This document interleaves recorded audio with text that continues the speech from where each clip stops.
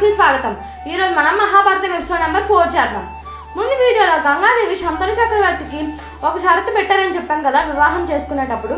అప్పుడు ఆ షరతుని విడిచి శంతను చక్రవర్తి అతన్ని గంగాదేవిని ప్రశ్నిస్తారు. గంగాదేవిని ప్రశ్నించగానే గంగాదేవి అప్పుడు ఒక స్టోరీ చెప్తారు. అంటే అక్కడ వెనకాల జరిగే స్టోరీ చెప్తారనమాట. అదేంటంటే వశిష్ఠ మహర్షి వల్లనే శాపం వల్లనే నేను ఈ బిడ్డలందరినీ నదిలో విడిచిపెట్టాను అని చెప్తారనమాట. నువ్వు నా బిడ్డలందరికీ కారణమయ్యావు కాబట్టి పుట్టుకకి నువ్వు స్వర్గం ప్రాప్తిస్తుంది నీకు అని చెప్తారు. గంగాదేవి చెప్తారు. అప్పుడు గంగాదేవి ఆ బిడ్డను పట్టుకొని మాయమైపోతారు. ఆ బిడ్డని నేనే పోషించి పెద్దవాడిని చేసి నేను నీ దగ్గరకు అప్పచెప్తాను అని చెప్పి మాయమైపోతారనమాట. ఆ బిడ్డ ఎవరంటే భీష్ముడు అనమాట. ఇప్పుడు భీష్మ ప్రతిజ్ఞ గురించి మాట్లాడుకుందాం.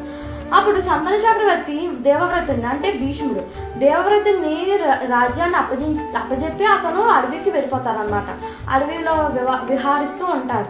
ఒకరోజు అడవిలో విహారిస్తూ ఉండగా అతను యమునా నది దగ్గర ఒక మంచి వాసన వస్తుంది అనమాట. ఆ మంచి వాసన అతని శరీరానికి ఎంతో హాయి కలిగిస్తుంది.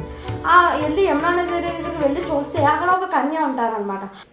అప్పుడు శంతను చక్రవర్తి అంటారు, నేను నిన్ను పెళ్లి చేసుకోవాలనుకుంటున్నాను అని అంటారు. నా తండ్రి దాసరాజును మీరు వెళ్ళి అడగండి పెళ్లి చేసుకుంటానని చెప్పి ఆయన అడిగితే అప్పుడు దాసరాజు దగ్గర